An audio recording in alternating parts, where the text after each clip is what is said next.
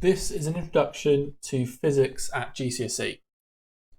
So in this quick little video, I just want to talk about what we mean by physics, how does the new GCSE vary to the old one, and what are some of the applications of studying physics at GCSE and beyond. So what do you think physics is? How would you describe it? Pause the video now and see if you can come up with a definition of physics.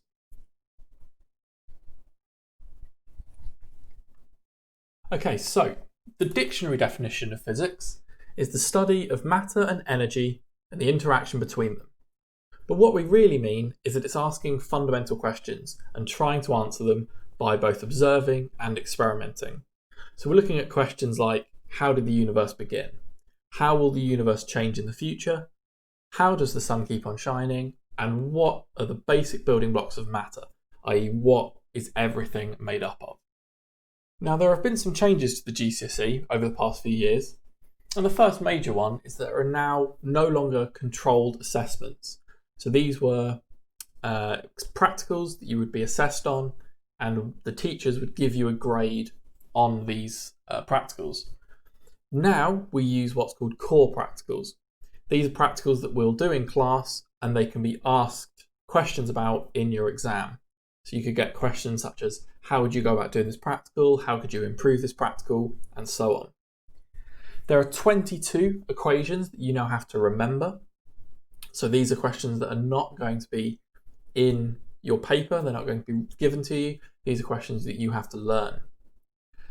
What used to be A-level material has now been moved into the GCSE. So there is now some harder material from that A-level that you're going to have to learn in the next 2 years. And all of the GCSE exams are now at the end of year 11.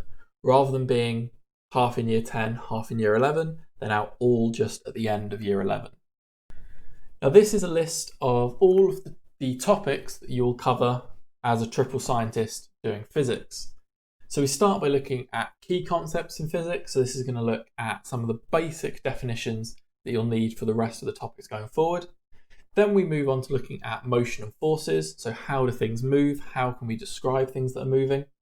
Then we move on to looking at energy, types of energy, conservation of energy. Then we move on to looking at waves and then light in the electromagnetic spectrum. So how does light interact with different things? How do waves move? How can we describe waves?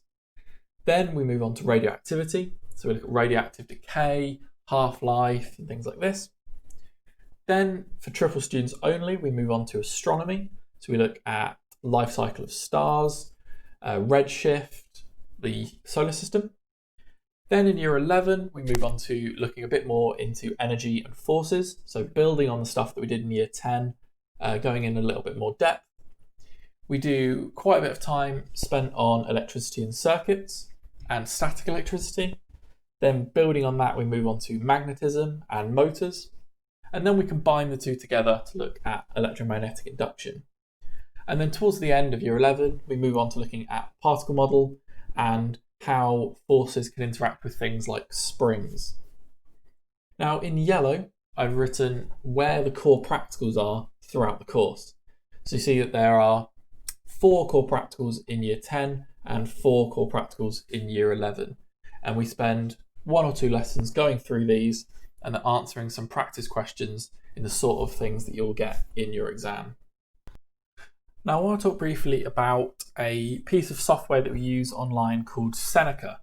Now Seneca we will use for some of your homework, but it's also a really good revision tool. Now when you log in, you'll see a page like this.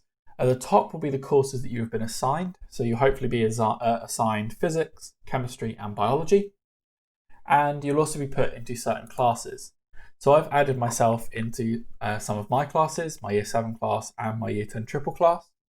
And if you go into the assignments tab here, it'll have all of your set homeworks in here. However, if you just want to use it by yourself for revision, and rather than waiting for it to be set as homework, if you click one of your courses, so for example here, the Physics GCSE Higher, you'll get access to this here. Now along the side, it's got all of the different topics that you'll cover in the GCSE. And each of those is then broken down into smaller sections.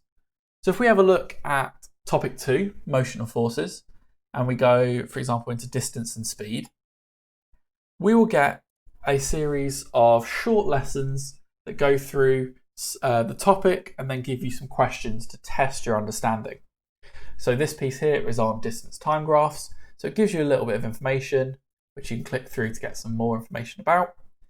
And then you can go through and it'll give you some questions. So for example here, what is the speed in the middle section of the distance time graph? Well, this here, if it's going traveling no distance in the time, it's going to be 0, and that'll give correct. Sometimes it will also give you some videos to watch, and then it'll give you some more information. Now this information is based on how well you've done in previous questions.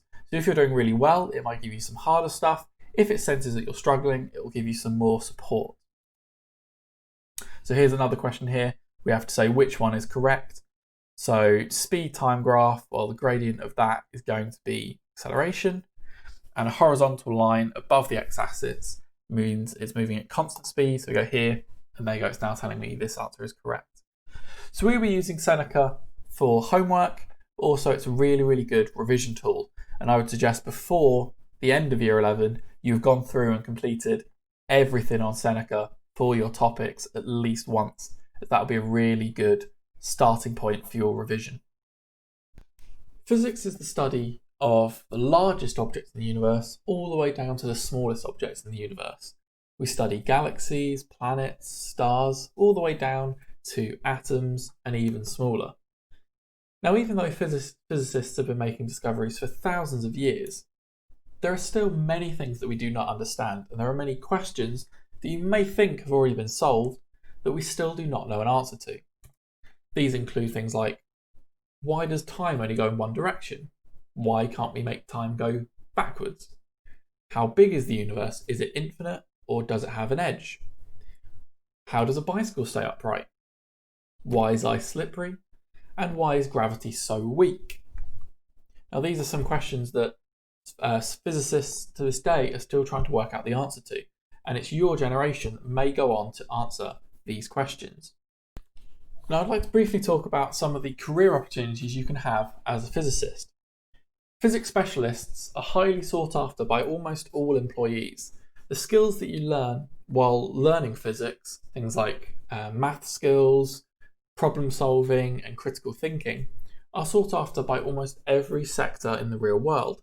So physics offers one of the largest selection of job opportunities of any subject.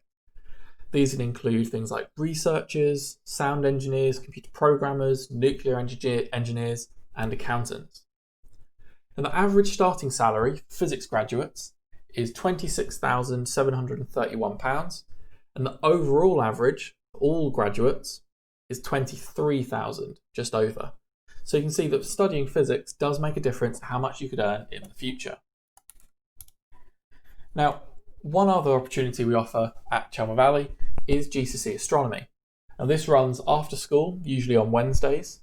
It's challenging, but very rewarding, and you must be able to make a commitment to it. If you would like to do this, we would like you to write an email or a letter to Mr. Hannon, his email address is on the slide, of why you would like to do astronomy. Now, also to help you, I have here a list of YouTube channels that it might be useful for you to have a look at.